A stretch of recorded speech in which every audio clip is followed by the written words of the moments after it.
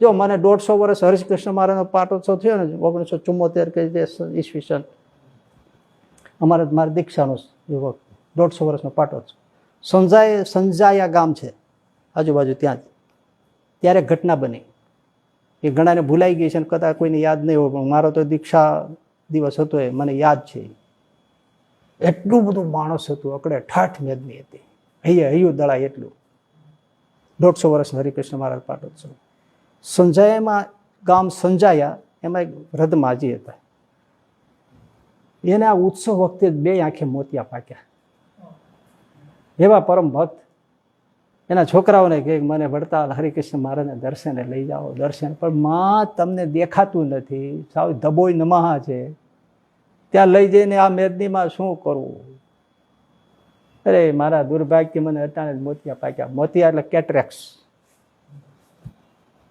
તોય આગ્રહ કરે મને લઈ જાઓ, મને લઈ જાઓ, કોઈ પણ રીતે મને વડતાલ લઈ જાઓ. છોકરાઓ લાવ્યા. ઘટના જોઈજો.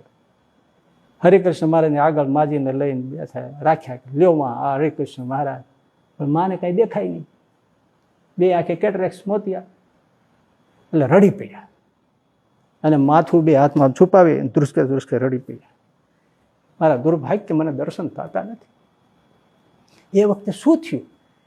2 આંખમાંથી કેટરેક્સ મોતિયા ક્યાંય ગયા ખબર ન પડે. આમ ઊંચું કરીને જોવે, દીવા જેવી આંખો, મોતી પરોવ એવી આંખો થઈ ગઈ. અને એક હરિકૃષ્ણ મહારાજના દર્શન આપ્યા. પ્રભુ ભાવ હોય તો, કાનજી બુટા બારોટ કહેતા કે ભાવ હોય તો ઢીંગલો ચીથરા તણોએ નાચે.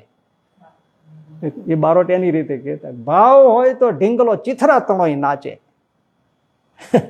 એટલે ચીથરા તણો ઢીંગલો જો નાચતો હોય તો હરિકૃષ્ણ મહારાજ કેમ ના નાચે? ભાવ હોય તો બાપ. આજે કેટલી ઘટનાઓ ઘટતી હોય પણ મુથી કાંઈ કહેવાય નહીં. શું કહેવાય? શું કહેવું?